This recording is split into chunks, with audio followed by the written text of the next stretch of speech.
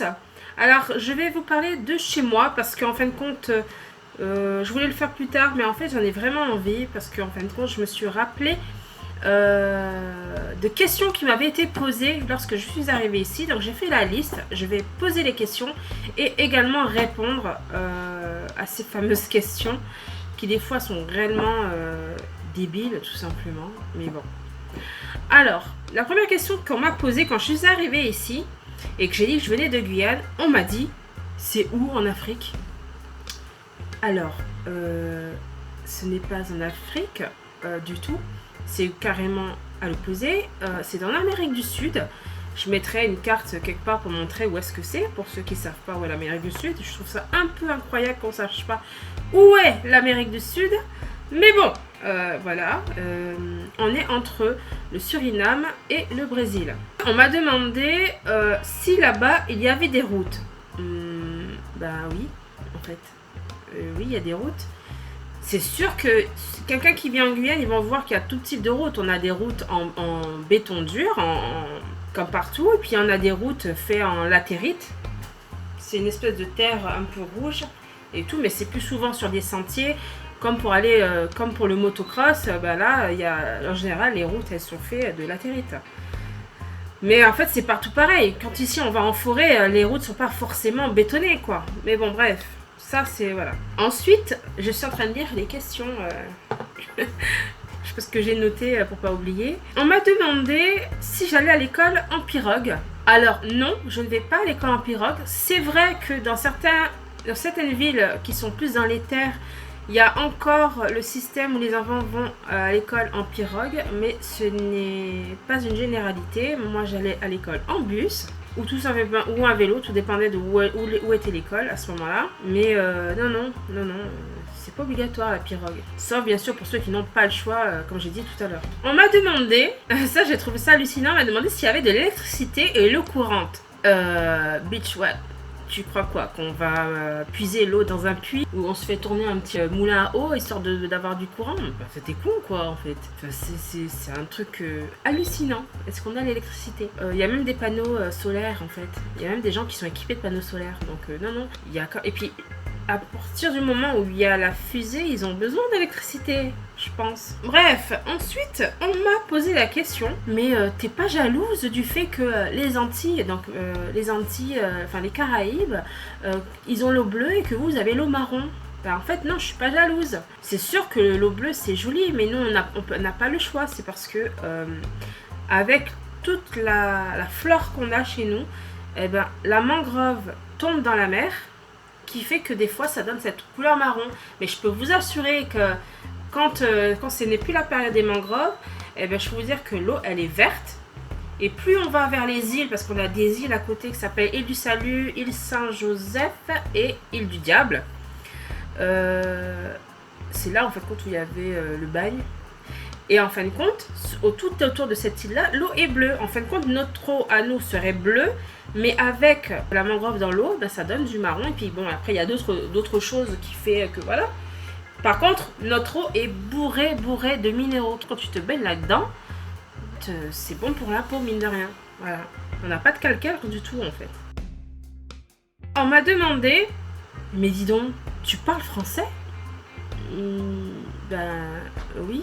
C'est un département français, donc oui, je parle français. Effectivement, il y a beaucoup d'ethnies différentes en Guyane. C'est ce que j'aime chez moi. En fin de compte, un raciste n'aurait même pas sa place en fait chez moi parce que il y a de tout. Dans ma classe, c'est déjà arrivé qu'il y en ait un qui soit brésilien, puis un amérindien. C'est déjà arrivé qu'il y ait un arabe, qu'il y ait un turc, ou un russe, ou un italien.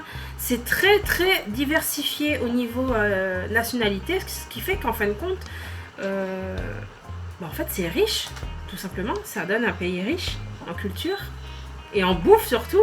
Pour ceux qui connaissent déjà la Guyane, on a des plats avec différentes touches de nationalité dedans.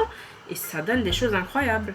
Ensuite, j'avais oublié, on m'a demandé est-ce que vous mangez tout ce qui est à quatre pattes, sauf les tables et les chaises. En gros, c'est-à-dire vraiment qu'on bouffe tout et sans s'arrêter. Je peux pas donner tort à cette question parce que oui, on mange de tout. Après, c'est chacun en fait, faut pas faire une généralité. Y a des gens qui vont manger de la tortue, moi je peux pas. Le serpent, je peux pas non plus. Le singe, j'ai carrément flippé le jour où j'ai vu une main de macaque dans la voiture de ma mère. J'ai cru que c'était la main d'un bébé. Du coup, j'ai flippé. J'ai rien dit parce que je me suis dit, mais qu'est-ce qui se passe dans cette voiture? Et en fait, non, c'était juste un morceau de macaque, en fait. Donc oui, c'est vrai que le Guyanais mange de tout. Par contre, on respecte énormément la faune, en fait, qui fait qu'il y a des périodes de chasse pour chaque espèce. On ne chasse pas pendant les périodes de reproduction. Parce que par exemple, il y a une période où on mange de l'iguane ou du lézard, tout simplement. Mais on ne le mange pas n'importe quand. Il y a vraiment des périodes. Avec la diversité de toutes les ethnies qu'il y a en Guyane, on a un endroit en Guyane qui s'appelle les Palmistes.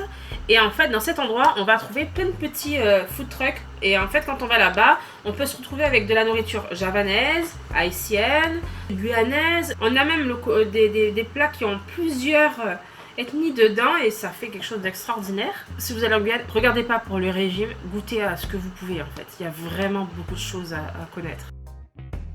On m'a sorti une fois, parce qu'en fait, je me suis plaint devant quelqu'un, comme quoi j'avais très chaud en été. Et on m'a sorti, mais tu as chaud en été, mais tu viens de la Guyane, donc t'as chaud tout le temps en fait, donc tu devrais être habitué. Bah non, parce que même s'il fait chaud en Guyane, ce n'est pas du tout la même chaleur qu'ici. Chez nous, il fait peut-être chaud, mais quand tu te mets sous un arbre, tu as de l'ombre et tu as du frais. Alors qu'ici, tu peux te brosser pour avoir un petit peu de fraîcheur, quoi. Et chez nous, notre chaleur, elle est humide, qui fait que quand on vient d'arriver de métropole, qu'on descend de l'avion, on a l'impression de rentrer dans un hammam, en fait. On a vraiment une espèce de vapeur de chaleur. Alors qu'ici, l'air est très sec, qui fait que c'est beaucoup plus insupportable. D'ailleurs, en parallèle, quand je vois des gens « Ah, mais il pleut, je ne sors pas ici », je lui dis, mais la pluie ici, elle est ridicule en fait. C'est des petites pluies, sauf bien sûr quand il y a les orages, mais ce sont des petites pluies, des petites... 1, 2, 1, 2. Ce sont des petites pluies. Chez nous, on a des pluies tellement fortes qu'elles arrivent à faire des nids de poules. Vous vous rendez compte? Ils font la route, mais vous pouvez être sûr qu'un mois plus tard, il y a des trous énormes dus à la pluie. Et au passage des voitures, du coup, vraiment, la pluie, chez nous, elle fait pas semblant. Par contre, il pleut, mais c'est pas une pluie froide qui fait que... Je me rappelle que j'ai été rarement malade en Guyane avec un rhume dû à la pluie, quoi. Non. Ensuite, on m'a dit, oui, mais attends, tu comptes retourner en Guyane? C'est très violent, t'as entendu? On tue comme ça et tout. J'entends toujours des gens qui se font tuer à droite, à gauche et tout. T'as pas peur? Mais, en fait, quand je suis là-bas, il se passe des trucs, mais comme partout, comme dans n'importe quel pays. À l'époque où je vivais, quand j'étais plus petite, je sais qu'il y a eu une période où il y a eu une milice qui était passée dans les rues. Mais j'étais très jeune, donc j'ai très peu de souvenirs. Mais je me rappelle qu'il y avait une milice qui se baladait dans les rues et qui avait pris pour cible tous les clochards de la ville. Tous les SDF, tous ceux qui étaient dehors, qui n'avaient pas d'abri, et qui fait que voilà. Bon, il y a des violences, mais après, il y a des violences partout.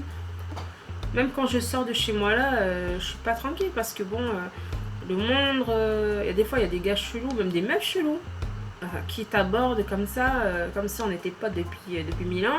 Mais oui, dis-moi pourquoi, quand je rencontre un Guyanais, pourquoi ils portent souvent leur carte comme je porte là sur moi et tout, mais ça sert à quoi? C'est un code entre vous? Je sais pas si c'est un code, mais c'est vrai qu'en métropole, la plupart des Guyanais que je connais, ou que j'ai connu, ils avaient leur carte. Et c'est vrai que moi, je porte ma carte partout, voilà. Mais je pense que c'est pas que chez nous. Les Guadeloupéens, les Martiniquais, il me semble aussi, le font. Je crois que c'est une question d'identité. Parce qu'en fait, moi, je veux pas qu'on me prenne pour quelqu'un d'autre. Parce que je suis très fière d'être guyanaise. Même si on est français, on veut pas être catalogué comme français. On veut être catalogué comme étant chez nous. Martiniquais, guadeloupéen, guyanais, réunionnais, etc. On parle le créole, même si le créole n'est clairement pas le même que chez les autres. D'ailleurs, le créole chez nous, on en a deux. On a un créole qui est plus centré dans les villes littorales et tout ça, où ça y est en moto. Genre, Akumentofika, c'est vraiment la base. Hein. Ma mère va rigoler, ou ma soeur, elle se fout de moi. Alors que dans les villes plus loin, il y a certains qui vont parler en moins. Le créole se rapproche beaucoup du créole guadeloupéen. Mais je pense que c'est chaque commune qui a son dialecte. C'est pas son dialecte, sa langue. Parce que je n'aime pas qu'on dise que la créole c'est un dialecte, c'est bien une langue. Parce que des fois, c'est déjà arrivé qu'en Guyane, il y a des gens qui ne parlent pas français. Par exemple, des Brésiliens. Ils parlent brésilien, mais qui ne parlent pas français. Mais du coup, ils parlent en créole. Qui fait qu'ils vont se faire comprendre en créole. Il y a des gens qui parlent pas du tout français, ils parlent que créole en Guyane. Donc oui, non, c'est pas un dialecte, c'est bien une langue. Je pense que j'ai fait le tour des questions un peu cheloues. Deuxième partie de vidéo, je vais vous parler donc des différences qu'il y a en fait entre la Guyane et la France. Dans la métropole, si vous préférez. Quand je suis arrivée, j'ai discuté avec une femme qui, parce qu'elle avait vu ma carte de la Guyane, justement, elle m'avait posé des questions, elle avait voulu en parler. Alors qu'elle connaît la Guyane que par le biais de reportages. Hein. Elle n'est jamais allée, elle n'a jamais vu, mais bref, elle connaît tout, parce qu'elle a vu un reportage. Comme quoi, elle est amoureuse de mon île. C'est pas une île, c'est un pays de continent, c'est sur un continent. La dame, on s'est disputé parce que je lui ai expliqué que nos insectes chez nous, notre faune, était en taille 2 fois plus grande qu'en métropole. C'est vraiment taille XXL. Par exemple, nos cafards, que je déteste, clairement, j'aurais foutu une bombe, vraiment, je les aurais anéantis, en fait, ces créatures. En fait, les cafards sont grands comme ça, mais ça, c'est une taille normale, en fait. Voilà, je sais pas si vous voyez la taille de mon visage et la taille du truc, mais voilà, c'est cette taille-là. Et, en fait, je vais expliquer que chez nous, les cafards, ça vole. Alors, non, mais qu'est-ce que tu dis? Le cafard, ça vole pas, ça rampe. Non! Chez nous, ça vole et c'est vicieux. Ah mais imagine que t'es en vélo ou à pied, t'as des fois des chances de te le choper un peu dans la gueule parce qu'en fait il vole dans le sens contraire et avec le vent des fois ça te fait une espèce d'impact. C'est une vérité, je l'ai vécu et vu que j'ai une phobie de cafard, je vous raconte pas la terreur que j'ai eue. Voilà, nos sauterelles à nous, le truc est tellement grand que clairement tu le fais cuire, on croirait que t'as fait une gambasse, le truc. Par exemple, croyez-le ou non, mais par exemple chez nous, les crevettes, cette même personne avec qui je me suis disputée, hein, c'est toujours la même. Les crevettes chez nous, quand elles sont crues, elles sont roses. Elles sont déjà de couleur de cuisson ici. Pareil, mais non! Les crevettes, c'est gris avant d'être cuit, ça a toujours été gris. Chou, quand tu racontes des conneries, tu parles de ce que tu ne connais pas. On a inversé les rôles là en fait. Parce que, si, c'est rose. Parce que, comme j'ai dit tout à l'heure, on a un sol très riche, très riche, qui fait que nos crevettes accrues sont roses. D'ailleurs, on a une espèce d'oiseau qui s'appelle l'ibis.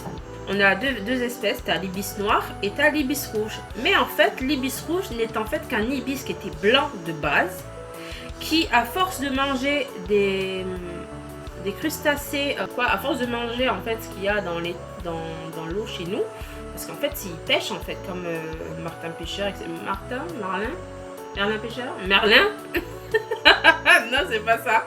Et en fin de compte, à force de manger ça,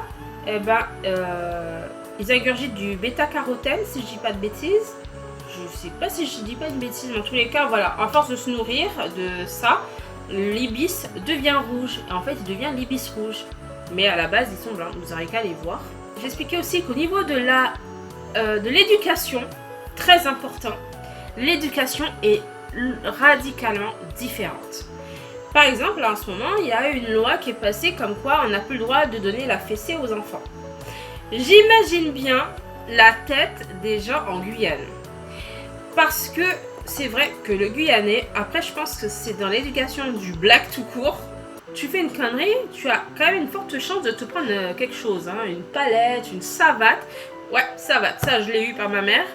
Une savate, enfin ce qui leur tombe sous la main. Voilà, c'est déjà arrivé que je vois des parents faire Starkey et Hutch autour d'une table. Bon, ceux qui ne connaissent pas Starkey et Hutch, je lui dirais Tom et Jerry.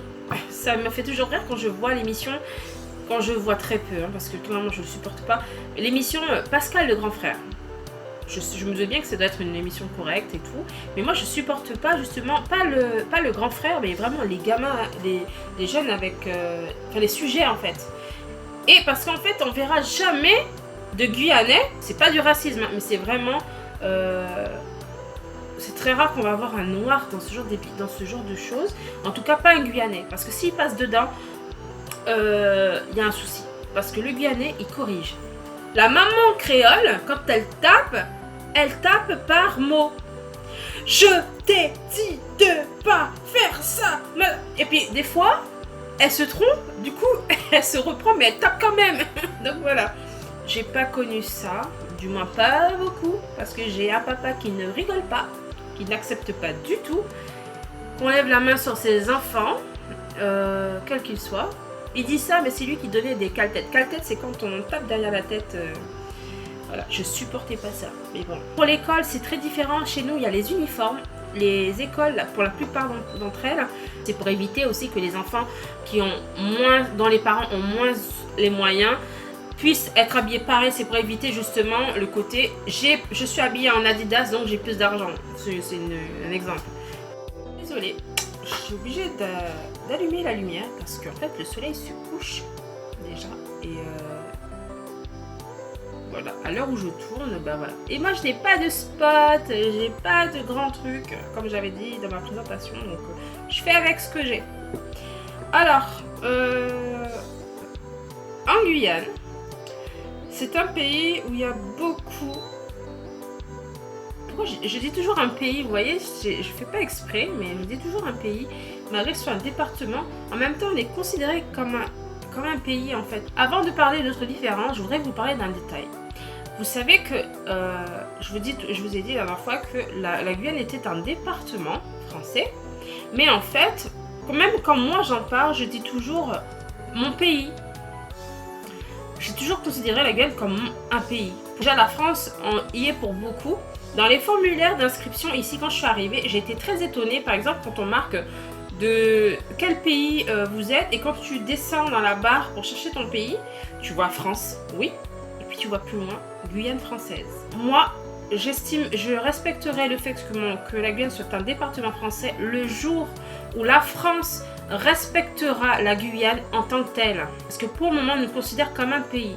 Donc, la suite des différences. La superstition est bien présente. C'est l'un des rares endroits où tu peux lire dans le journal.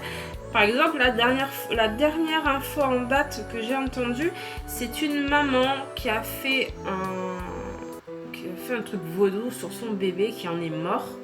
Elle lui a donné un truc, elle lui a mis un truc dans son biberon, un truc comme ça et tout, et puis ils ont vu. Ou alors, une autre actualité que j'avais entendue il y a quelques années, une école entière avait fermé pour crise de possession, pour des élèves en crise de possession. Comme quoi, c'est vraiment, c'est là qu'on voit que c'est vraiment à part, on a vraiment notre culture à part. Je me moque pas parce que, en fait, j'ai grandi avec ces mêmes superstitions. Il y a des choses que je ne fais pas chez moi. Quand on te dit que oui, le soir, il ne faut pas marcher sous un fromager. Le fromager, c'est un arbre en fait qui est immense. On te dit de ne pas te mettre en dessous. Ou alors des fois, quand tu es chez toi et que tu entends des trucs qui marchent sur ton toit. Les créatures qu'il y a chez nous, donc on a le maskilili. C'est une créature qui a les pieds à l'envers. Et on a aussi le baclou, qui est en fait une créature tout petit. Enfin, je sais pas s'il est petit comme ça, mais en tout cas, c'est une petite créature. Mais en fait, qui est aussi craint que l'autre. Clairement, je veux en croiser aucune. Hein. Si vous voulez en entendre plus, vous pouvez aller voir la chaîne de Doc7, qui est aussi guyanais. Il parle aussi de justement des créatures de Guyane. Mais voilà, c'est très superstitieux. C'est déjà arrivé à Kourou chez moi, un rond-point par exemple, qu'il y ait un truc au milieu. Parce que certaines personnes font des rites vaudou puis mettent leur truc. Chez nous, on dit pas rite vaudou, on dit tien-bois. Voilà. C'est déjà arrivé qu'on voit un tien-bois en fait en plein milieu du rond-point. On te dit surtout de ne pas y toucher. Même si c'était 50 € un billet par terre, ramasse pas. Si c'est au milieu du rond-point, tu ramasses pas. Si c'est là, c'est parce que quelqu'un l'a mis en fait. Et je peux t'assurer que personne n'y touche. Il n'y a que quelqu'un qui connaît pas les superstitions guyanaises qui se permettrait de ramasser. Ou des gens qui clairement n'en ont rien à foutre, mais ça, voilà. Il y a des années de ça, il y avait une histoire d'un monsieur qui aurait fait un pacte pour avoir la richesse en fait, tout simplement. Sauf que on les a retrouvés, lui et toute sa famille, morts à l'intérieur. Lui, je crois qu'il était mort en étant à genoux, si je me souviens bien. Il me semble qu'il y avait une histoire, bref, c'était, voilà. Ils étaient morts et la maison était fermée de l'intérieur. Voilà. Et on dit que, en fait, il n'a pas payé, il n'a pas donné, en faisant le pacte, il n'a pas donné ce qui lui avait été demandé. Et apparemment, la créature serait revenue récupérer plus que ce qu'il était censé prendre déjà, quoi.